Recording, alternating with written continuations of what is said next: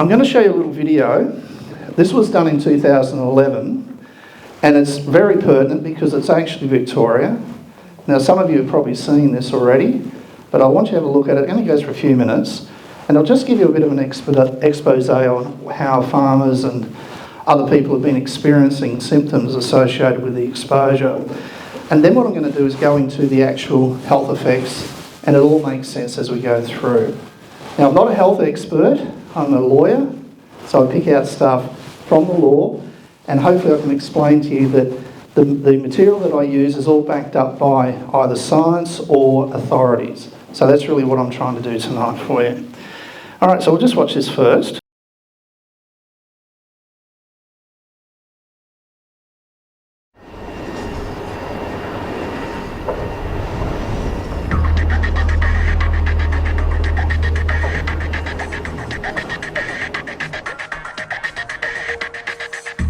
Since 2003, health practitioners, scientists and noise experts from around the world have recorded a common set of health problems among people living near industrial-scale wind turbines. Numerous symptoms are reported when wind turbines are sited too close to people's homes and workplaces. These vary from person to person and are dependent on wind direction and weather conditions. Tinnitus, that's ringing in the ears, dizziness, headaches, poor sleep, anxiety, depression. Headaches, wanting to vomit all the time, pains in the chest, blood pressure. You go to can't sleep, got sleeping tablets, do nothing for you. Really bad chest pains of a night and a lot of blood noses, like I'd be asleep and just wake up and my nose would be bleeding.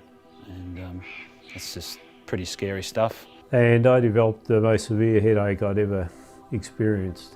Even though I live 3.5 kilometres away, they affect me at night and my blood pressure rises while I'm asleep and I wake up with rapid heartbeat and things like that. Cardiovascular events and cerebrovascular events, and one's mortality is increased with sleep problems. Symptoms have been consistently reported in Australia up to 10 kilometres from homes. Most symptoms disappear when people leave the area or when the turbines are switched off. I went to the doctor 2 days later. My blood pressure had to return completely back to normal and the turbines hadn't been going.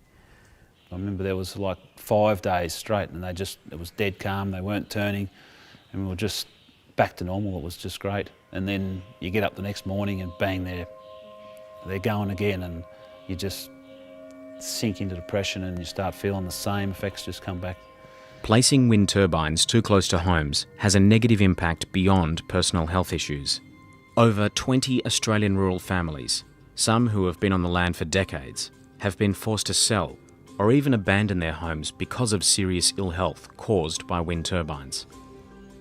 After speaking to our family doctor, his suggestion was the only way to fix the problem was to move from our family home. So that was it for us, we had to move. I've had contractor get ill stripping crop this last year. I've got a shearing shed here that's only 1 kilometre away. So if you've got staff in the shearing shed, you're responsible for them and it's a worry. It's the way the wind farm companies go about their way of signing up residents, and that does concern me because that does divide small communities. One farmer would be given the information and signed up as a potential to have wind farms on their property, but they had to sign a confidentiality clause, which meant that they couldn't talk to their neighbours. Wind turbines emit both audible and inaudible noise and have various electromagnetic impacts. While there is some research on how sound and vibration energy affects humans, there is very little research specifically examining the effects of wind turbines. We still have a lot to learn about exactly why they are making people sick.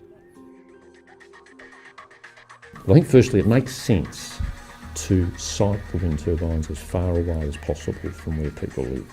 And how far is far enough? I don't know the answer to that. I think we need to establish some research to try to get data to sort this out.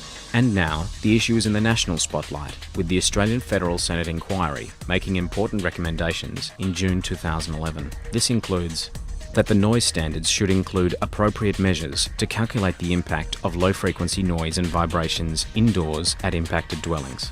That further consideration be given to the development of policy on separation criteria between residences and wind farm facilities, and that the Commonwealth Government initiate as a matter of priority thorough, adequately resourced epidemiological and laboratory studies. Despite the Senate inquiry, no action has yet been taken by the federal or state governments to properly implement these recommendations. And while nothing is being done, plans for even more developments across rural Australia are going ahead at an exponential rate. This is not an issue confined to one resident, one town, or one country. It's a growing health issue on a global scale. As a matter of urgency, the problem must be seriously researched by independent experts following the Federal Senate recommendations. And until research findings emerge, any new turbine placement should be at least 10 kilometres from homes. It's just simple, isn't it? Like, they're obviously just not meant to be where people live and in certain circumstances where people work.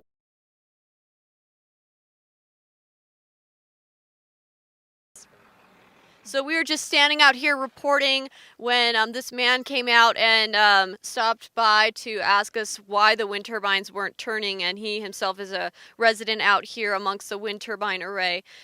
So have you been affected at all by these wind turbines? My family has. They have made my wife very sick. She has trouble walking now.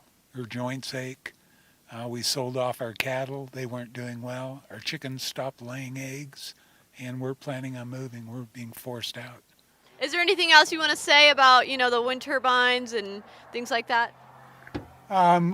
We feel really bad that the county didn't look after the people that were here. Apparently they got bought off politically or something. All the objections that were brought forth, they just brushed aside. And we always felt there was a ulterior motive why they were here. But, without a lot of money to dig into it and legal aid, there's no way you'll ever find out the truth. The way they wrote the contract, they can turn around and walk away, and the county's stuck with trying to get rid of these things. We've also heard that the liquids that they use in these things pollute the ground, and there's no way of getting rid of that too. The ground's contaminated for years afterwards. I don't think you're going to have a chance with Xterra. I think they're going to take their money and run if they haven't already. And then the county's stuck with the cleanup, and they won't be able to do anything either. These things are already falling apart. There's patchwork done all along the sides of these things, and there's been numerous blades and repairs that have been having to be done on these wind turbines. I appreciate InfoWars coming out and looking into this, and hopefully they'll make the public more aware of what's going on, and maybe there'll be some resolution, and I hope it stops some of these wind farms from spreading to other parts of other communities that'll affect the health of other people. Thank you very much.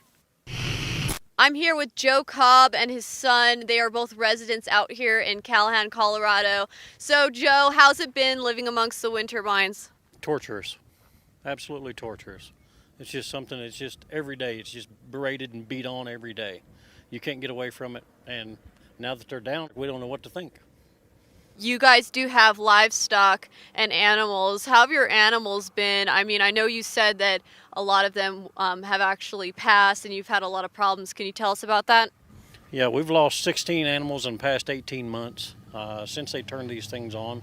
We've had 2 blind ducks. We got another one that's going blind. We've had deformities in baby goats, and we've had even a baby horse that was aborted at full term, and we don't have any explanation why. But we've been doing it for 30 years, and we've never had these problems.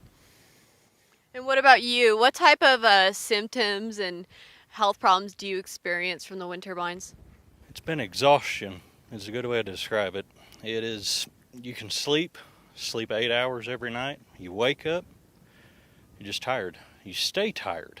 It doesn't go away. And mental clarity is a good way to describe it. It's like you're in a fog. I know that your mom has had health problems from it too. What does she typically experience? It's been tiredness, headaches. I mean, it's been mental exhaustion. Yeah. Just straight up mental exhaustion. And she's been fighting this every day. She's only been away from it for 2 weeks since they came on. And you can just see it in her. I mean, the get up and go was got up and left. And she just fights it every day to take care of the animals and feed them and keep them going while she's watching them suffer and die as well. So it's really been hard on her. Do you think that the county commissioners are actually going to do something to turn these things off? Well, that's the only hopes that we have at this point. We've done our best to go before them and present our case. And we're hoping that at least they can give us a little bit of due credit. They talk about being respectful of them. They need to be respectful of us as well. Do you think that's a little bit of a victory that NextEra had to admit that, even though they tried to then say that the infrasound wasn't going to cause health problems? Well, it's absolute victory because all the times before I've talked to NextEra, and I've talked to David Gill personally on the phone, and he told me infrasound exists, but turbines don't produce it. And so I was fully prepared at the meeting to give them proof that infrasound does exist, but they came along prior to that and admitted to it. So now we just got to get the health aspect of it out there, and all we can do is send out the information to the Board of County Commissioners and hope for the best. The wind turbine company only did admit that the wind turbines did create infrasound after residents out here, including myself, all kind of chipped in and paid for an acoustical engineer to put equipment out on various properties out here to test for infrasound. And it was once that acoustical engineer found the presence of infrasound and that data was given over to the county, only then did NextEra admit to the infrasound being present on non-participating landowners' property. That Senate inquiry, if you want to look at it, if you've got a pen and paper, that's actually it. And it's 131 pages long, and I suggest if you've got time, have a read of it. It's very interesting stuff. Now, just understand that video and that Senate inquiry was done in 2011. That's a long time ago. Has anything really been changed in the federal sphere? No. Okay? But the legal side of it has. So that's what I'm going to hopefully explain to you. You'll notice that in that video they were talking about noise, but they also mentioned electromagnetic radiation. These turbines produce electricity, and it's all about electromagnetic radiation. And the radiation we're talking about is non-ionising electromagnetic radiation. The best way to explain it is not nuclear. Okay? There is a difference between it. The non-ionising electromagnetic radiation apparently does not change the DNA, while ionising radiation does, which is basically nuclear, such as X-rays, etc.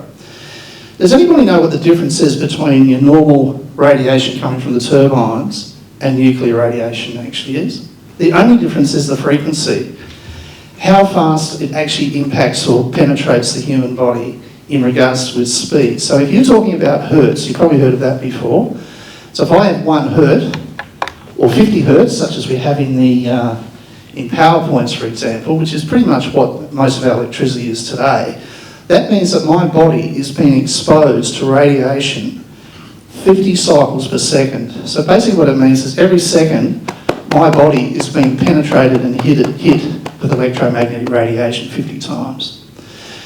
Telecommunications towers, such as the one that you've got in the main street here in Warracknabeal, okay, that thing penetrates people at 2.5 million times per second. There's a big difference between the different frequencies, and all it is that basically the best way to explain it is nuclear is really just a higher frequency. It just means it penetrates a lot quicker. That's the only difference. Okay? So we'll keep going. So these are some of the symptoms that can be associated with exposure to non-ionising electromagnetic radiation. Now, you'll notice that I've got right at the top of that is salt, and I'll explain that as we go through what that means. But we've got tinnitus. Now, you'll probably notice in the previous video, they were talking about tinnitus and a lot of these symptoms. And in my opinion, I think that a lot of it might have been, even though it was noise, it was in fact the electromagnetic radiation that they were really talking about. So if we have a look at it, we've got ear pain, skin rash, skin lesions, electromagnetic hypersensitivity, commonly known as EHS, We have Epstein-Barr virus reactivation, heart palpitations, eye tremor, etc., etc., etc., and it goes on. But the one I really want you to have a good look at is interference with pacemakers, okay, alteration of the synapse activity of the brain, leukemia, okay, it can activate the HDV-1 virus, particularly in children, blood disorders, brain fog, headaches, and the last one there is Alzheimer's. And I'm going to back it all up with science and obviously Australian authorities as to what this is all about. The industry is going to tell you there are no established health effects. I'm going to tell you that's not correct. There are established health effects. So let's have a look at some of them. Give you a bit of a background of who I am and who I work with. We're called the Three Musketeers, these guys. There's myself.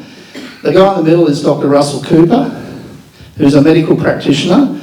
He's got about 40 years experience, and he's probably the foremost medical practitioner in Australia who can diagnose and treat people with electromagnetic hypersensitivity. So anything to do with the radiation issues, he's the man to talk to, he's the doctor to talk to.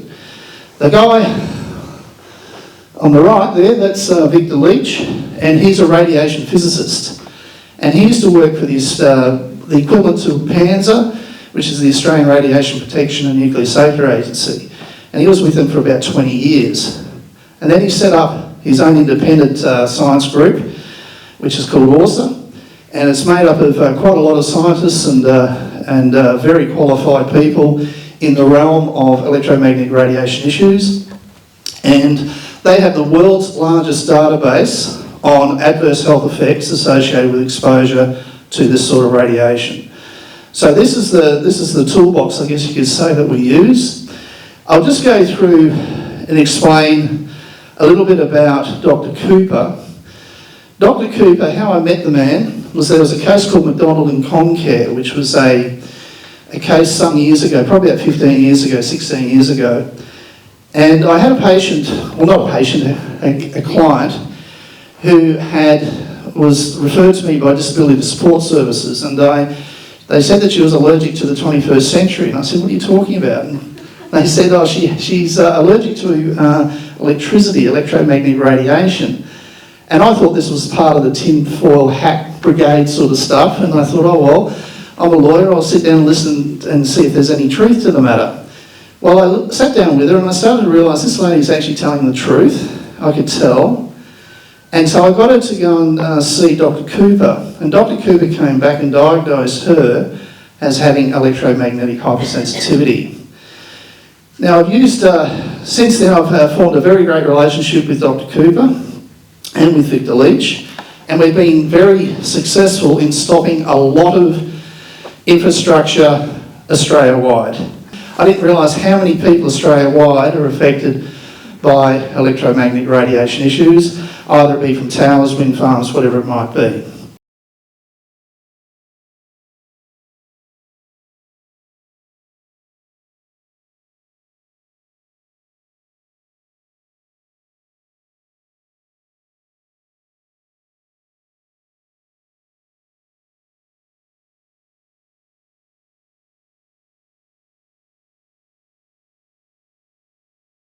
Let's talk about the visual impact. Now, this might give you an idea of the size here.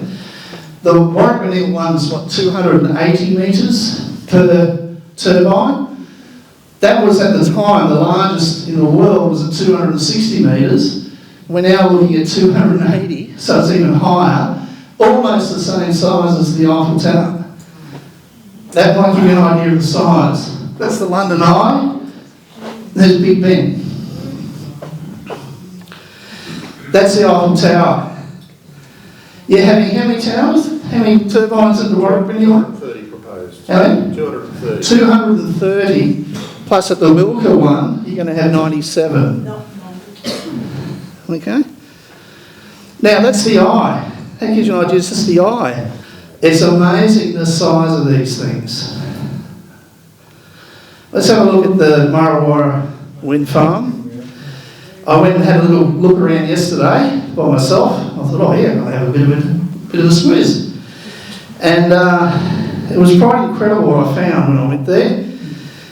First of all, this is just to give you some scale.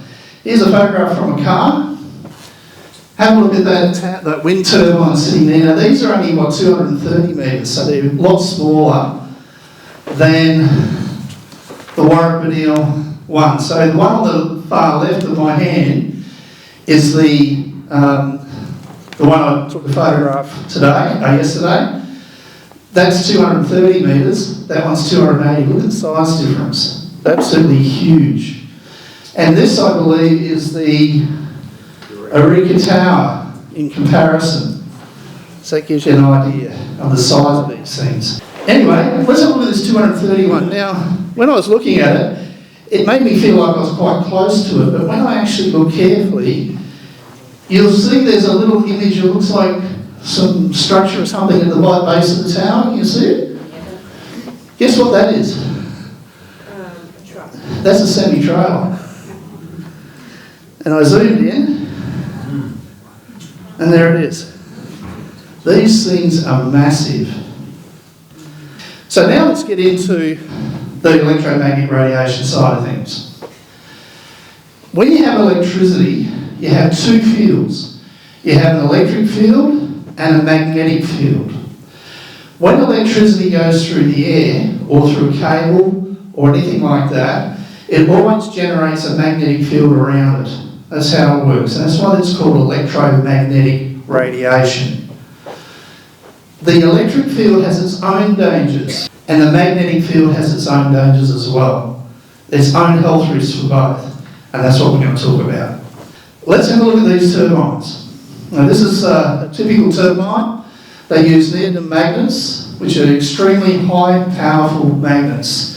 They're rare earth magnets, and they're made from neodymium, iron and boron, and they're the strongest magnets that are available. These produce a huge magnetic field when there's an electric current pass through.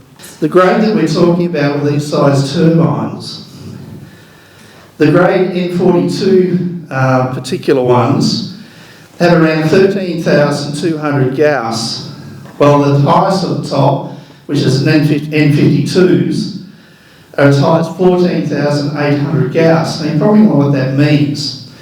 Well, I'm going to use the term micro Tesla for you, and I want you to think very carefully what I'm actually saying to you. It's at one point, each tower, each turbine, has the capacity of producing 1.4 million microtesla per turbine. When you've got 280 of them, is that correct? 230. 230, sorry. You've got 230. Could you imagine if I had one match and I lit one match, would you feel the heat from where you are? No. But if I lit 230 of them and lit them up in one go, would you feel the heat? That's called the cumulative effect. So not only are you going to get hit with 1.4 million per turbine, you're going to get the cumulative effect of all the other turbines. It's insane. So here we go. So the weakest of the lot is the N35, which is still very, very powerful. It's about 1.25 million microtesla compared to the 1.44 microtesla. Now you're probably wondering what this microtesla stuff means, and it will make very clear sense in a second. Okay, so that's the conversion, so you understand how it works. Right, now, we have a federal agency which is designed to protect us from electromagnetic radiation, and it's called the APANSA, the Australian Radiation Protection and Nuclear Safety Agency. And their job is to protect you and I. Are they doing their job? Let's hear what the CEO of APANSA is going to tell us.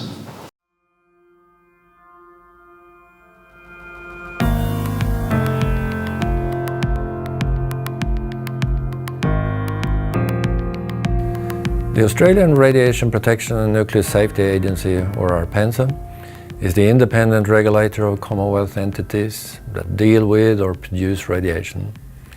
And this includes any Commonwealth organisation involved in the management of radioactive waste. And as CEO, I'm answerable and accountable to the Australian community through the Australian Parliament and are required by legislation to always act in the interest of protection of health and safety of people and of the environment from any harmful effects of radiation.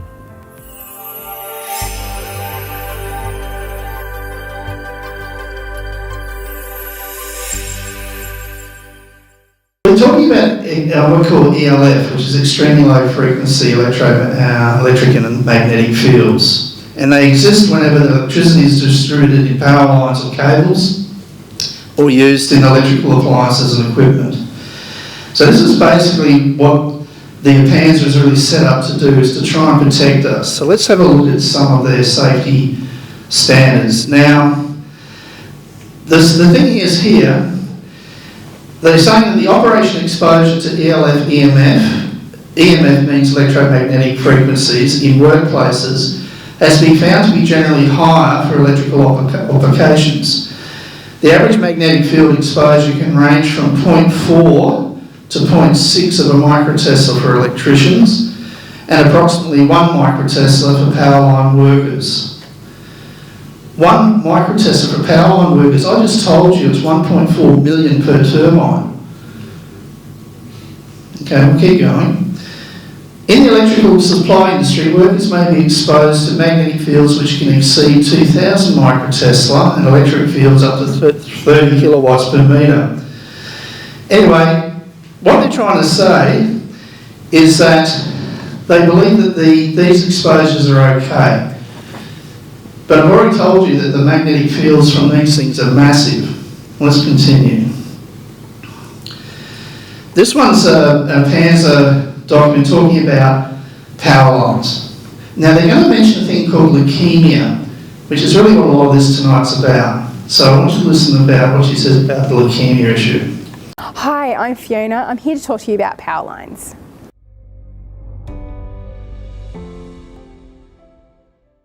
Andy has asked, what is a safe distance to build from a high voltage corridor? Everything electrical, including power lines, electrical wires and appliances, produce electric and magnetic fields, also known as EMF. For homes near high voltage power lines, the magnetic field exposure will vary according to the amount of current carried by the power line and the distance of the home from the power line. Generally, homes that are more than 50 metres from high voltage power lines are not expected to have higher than typical magnetic fields.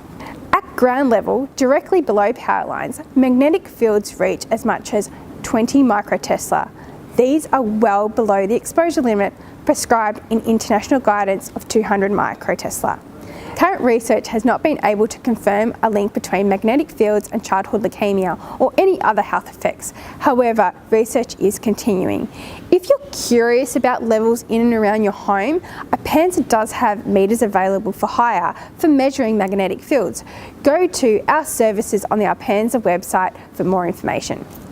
More information about power lines can be found in the Electricity and Health fact sheet on the APANSA website. If you have a question, leave it in the comments below. If you like this video, please share with your friends. So that was really great to hear all that. You can obviously use that as a resource if you want. But they said 200 microtesla now. They said that under power lines it was what, 20? They don't expect to be anywhere near, over 20 microtesla. Right, let's have a look at this now. This is the World Health Organization. Much of the scientific research examining long-term risks from ELF magnetic field exposure is focused on childhood leukemia. In 2002, the International Agency for Research on Cancer published a monograph classifying ELF magnetic fields as possibly carcinogenic to humans.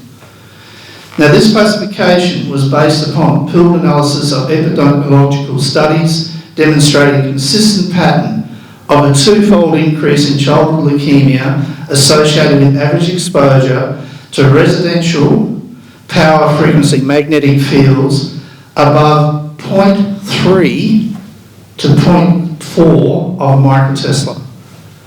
As low as that, 0.3. 1.4 million per turbine. Okay? The World Health Organization says long-term children should not be exposed to a magnetic field of over 0.3 of a microtesla. There is a consistent association with that exposure and leukemia. So let's have a look at these things, shall we? This is the APANSA's original safety standard, and I found it took a while to find it. It was just a one-liner referring to childhood leukemia. And there it is, that one little sentence, basically. And it says this: in a study in Sydney, Hocking et al. In 1996 showed increased incidence and mortality rates of childhood leukemia in the aggregate of 3 local authority areas close to, believe it or not, TB transmitters compared to a number of areas further away. In fact, he found a 60% increase in childhood deaths associated with this exposure, and also found that there were 3 cancer clusters around these towers. This is the actual study he did, okay, if you want to look at it yourself. And I can tell you now, these turbines are going to be a lot more powerful than a TV tower. Okay, now this is just an extract. It says, conclusion, we found an association between increased childhood leukemia incidence and mortality and proximity to TV towers. And these were within 6 kilometres away from the actual towers. Let's have a look at this. This is the Australian Government's Specialist Medical Review Council. They are made up of medical practitioners who specialise in these sorts of things, set up by the Australian Government, and they've said this, and they declare this under this statement.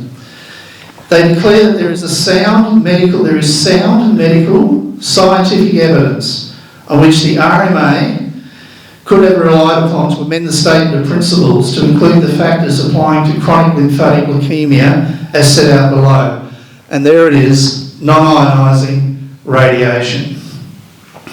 So here you have the Specialist Medical Review Council of Australia saying there is sound medical and scientific evidence. Now, this is a pretty scary case. This is the Vatican. It's called the Vatican radio case. And basically back in 2002, 19 children died from childhood lymphatic leukemia who were close to radio towers. Just plain old radio towers. And are up to between 6 to 10 kilometres away from these radio towers. The villagers got so upset, they realised there was a problem, they saw doctors and physicians, etc. And they took the matter to court, to the Italian Supreme Court. The Italian Supreme Court ordered the Department of Health, the Italian Department of Health to do a study on it, and they came back with a 340-page report damning Vatican radio and pretty much saying that the adverse effects caused by the children were caused by the towers. So much so that the director of Vatican Radio and the Vatican Cardinal was sentenced to prison, and the whole issue was compensation also for the families. This is an established health effect because you can't get more established than a court case, and particularly a Supreme Court case. The Cancer Council of Australia, which is the forefront organisation, notes that some people at high risk of leukemia are those who are exposed to intense radiation and viruses like the human T-cell leukemia virus. There's the HTVL virus I was just talking about. Studies for many years now have shown that dormant viruses in humans can indeed be activated by exposure to low levels of non-ionising electromagnetic radiation. This is a study that's been produced which explains that. The World Health Organization back in 1981 produced what we call radio frequency and microwaves, which is sort of with the telecommunications industry, but they did even say then under the Environment Health Criteria number 16 that microwaves in the frequency region of 60 to 120 gigahertz can produce virus inactivation or activation. So they've known about this for years. Now, Alzheimer's.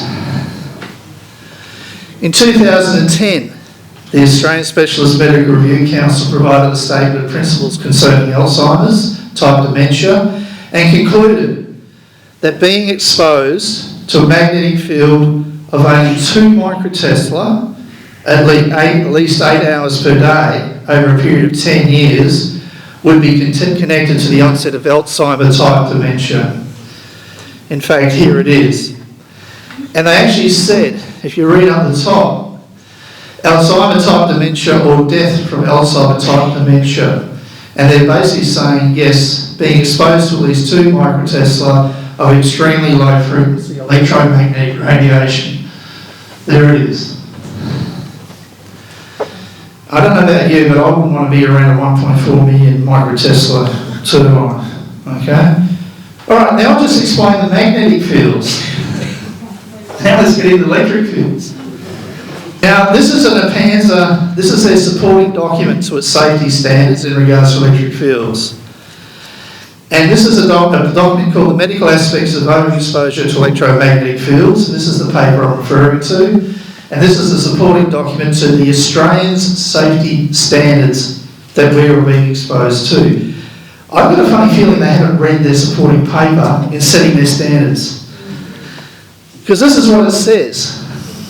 In the 50 to 60 hertz fields, which is the same stuff coming off these turbines and the high voltage power lines, etc., the main acute health effects of 50 to 6 hertz electromagnetic fields are caused by the induction of voltage gradients, which may elicit an action potential and cause excitation of nerve, muscle and cardiac muscle. And what they're saying is this: it can there'll be an alteration of the synapse activity in the brain at 0.075 volts per metre. 0.075, okay?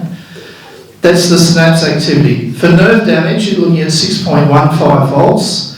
And for cardiac muscle, which is your heart, at 12 volts per metre. They recommend you should not be exposed to an electric field above 12 volts per metre because it can affect your heart muscle. They call it EMF poisoning, and there is no antidote. The trouble with electromagnetic radiation is the more you're exposed, the more sensitive you become. Hence why we have sufferers who eventually get to the point where they become so sensitive to electromagnetic radiation they can't function, they can't go anywhere near electrical devices, etc.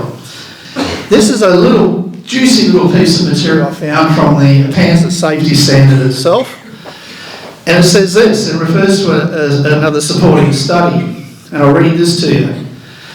Cardiac tissue is excitable at relatively high exposure levels, which is 12 volts per metre peak, as discussed above. It may be stimulated to cause arrhythmias, which may be life-threatening. This requires emergency medical treatment. Electromagnetic interference of medical devices may occur. 50 to 60 Hz EMF overexposure may cause interference with medical devices, which are often designed to be immune, protected from normal EMF exposure. These devices may include cardiac pacemakers, insulin pumps, hearing devices, even sleep apnea machines, CPAP machines, etc. Okay? So what voltage are these devices designed under Australian standards to withstand? Is it 12 volts? Does anyone know? Okay. Well, if we have a look at this one, I'll just read it. I might read this quickly. There must be procedures in place to ensure that persons who are occupationally exposed above basic restrictions for the public and who have medical devices susceptible to RF interference or metallic implants are not put at risk by their exposure. Okay, and it goes on and says the IE standard, the IEEE standard which they're using, which is an American standard they're copying, provides practical advice for the assessment of medical devices and makes comment on metallic implants. This advice should be sufficient for most cases and no further steps are required, such as performing computational analysis, which is unlikely to be an option for many persons. So in effect, APANSA have just wiped their hands clean and says, oh, just file the IEEE, you'll be fine. But let's have a look at the IEEE, and here it is. And Dr. Hocking says it in his study. Under the IEC standard, which is the American one, all medical equipment must be declared suitable for use in fields up to 3 volts per metre, which basically means they're only designed to withstand 3 volts per metre. If I'm in an electric field above 3 volts, there's a chance that it could malfunction. It says the interference in pacemakers may occur at levels below the recommended reference levels, and the IEC 2005B document is referred by the PANS as discussed above, is evidence that in Australia pacemakers, instrument pumps and the like are only designed to withstand electric fields up to 3 volts per metre.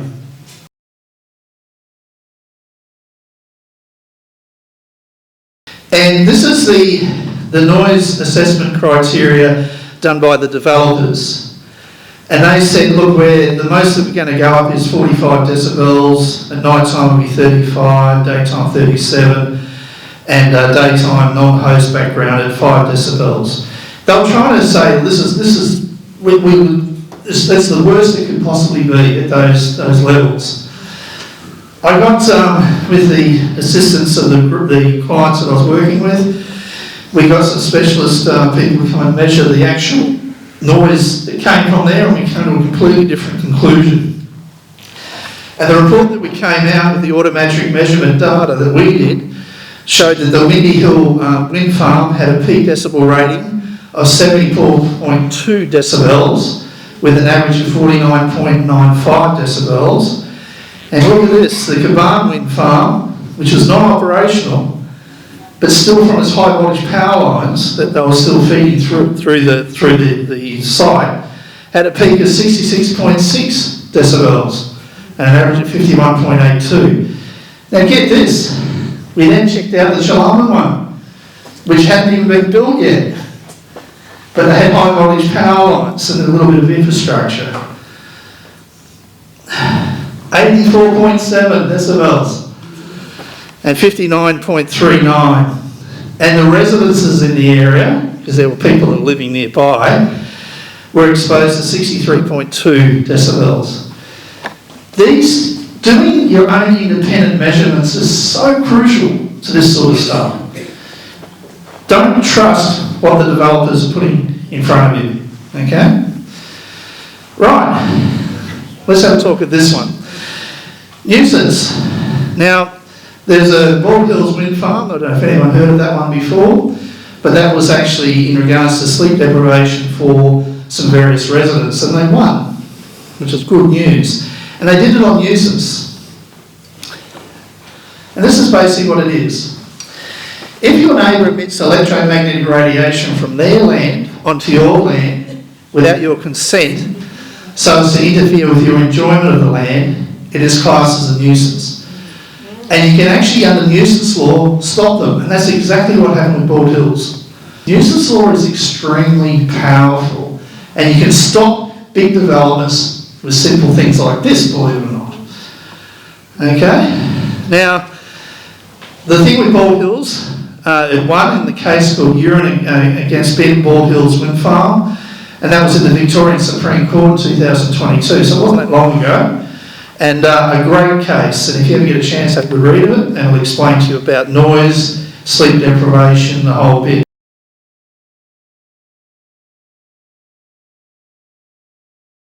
Did you know that these wind turbines do cause electromagnetic interference, particularly with the BOM, the Bureau of Meteorology? Now, a lot of you probably already know about this anyway. But this lovely community scratched and begged and borrowed to get a $10 million bomb radar set up to help with farmers to work out when it was raining, when it's not, etc., when it's a good time to crop, and whatever else you have to do. They only did that in 2020, so it wasn't that long ago. And guess what?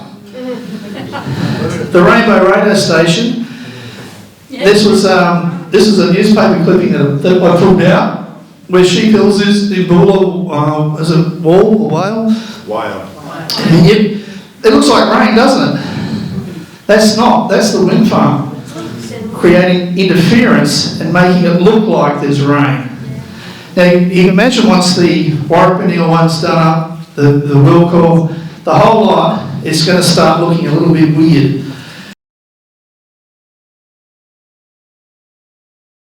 Has anybody heard of enzoic bovine leukosis before? Okay. It's the sheep and cattle equivalent to leukemia. Okay? And if you have a look down the bottom, it says, at the very bottom, it says both beef and dairy cattle can become infected, as can buffalo, sheep, and experimentally camels, etc. It can occur in cattle at any age and is distributed worldwide. It's supposed to have eradicated it, but the trouble is that this virus is dormant in these animals. And if they're exposed in some circumstances to the radiation, there's a risk that it could wake it up. If you have a look at this study, it shows there that bovine leukemia virus, BLV, is a retrovirus closely related to the human T lymphatic virus type 1, commonly known as the HTVL-1 virus.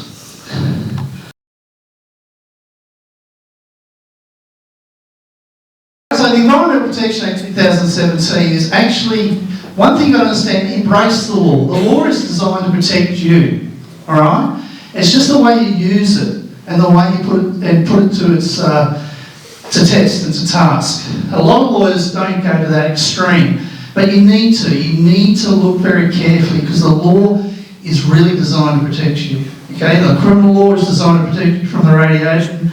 So is this. Now, the EPA Act defines pollution as the direct or indirect alteration of the environment to the detriment of degradation or to the detriment of the environment value that involves an emission. Emissions includes electromagnetic radiation or the transmission of electromagnetic radiation. The EPA Act includes the definition of industrial plant equipment that is capable of causing emissions. In accordance with these definitions, wind farms and wind turbines are therefore industrial plant capable of causing pollution. The EPA Act defines unreasonable emission as including an emission or transmission of electromagnetic radiation which unreasonably interferes with the health, welfare, convenience, comfort or amenity of any person. The EPA Act prescribes a range of offences for persons causing pollution or unreasonable emissions.